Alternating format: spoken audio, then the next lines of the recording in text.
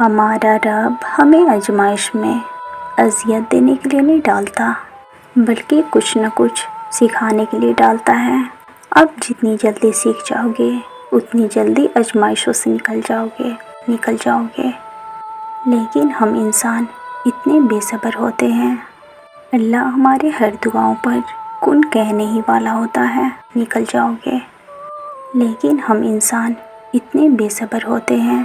اللہ ہمارے ہر دعاؤں پر کن کہنے ہی والا ہوتا ہے، ہمارے لیے آسانیاں کرنے ہی والا ہوتا ہے۔ ہم شکوے شکایتیں کرنے لگتے ہیں۔ ہمارا رب کہتا ہے جہاں اتنا صبر کیا وہاں تھوڑا اور سہی۔ اللہ بس ہم سے تھوڑا سا صبر مانگتا ہے، بس تھوڑا سا صبر۔ ہمارا رب کبھی اپنے بندوں کے ساتھ ناانصافی نہیں کرتا۔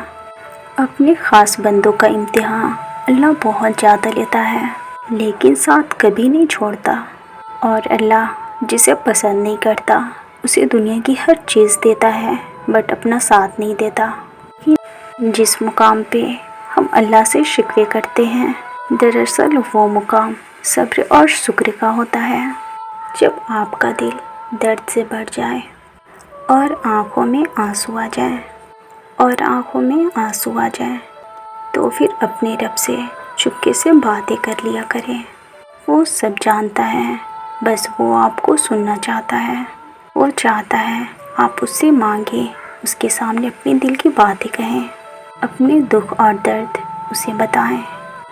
پھر اللہ سے دوستی کے بعد ایک وقت ایسا آتا ہے جب آپ کو تنہائی سے ڈر نہیں لگتا، تنہا اکیلے رہنا برا نہیں لگتا۔ لوگوں کی وجہ سے ہمارے ہونٹوں پر ہر وقت ایک مسکراہٹ رہتی ہے۔ پھر کوئی ہم سے باتیں کرے یا نہ کرے ہمیں کوئی فرق نہیں پڑتا، ہمارے اندر ایک سکون سا رہتا ہے۔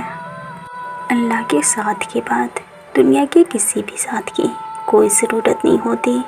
اللہ کے ساتھ کے بعد ہمیں دنیا کی کسی بھی انسان کی کوئی ضرورت نہیں ہوتی۔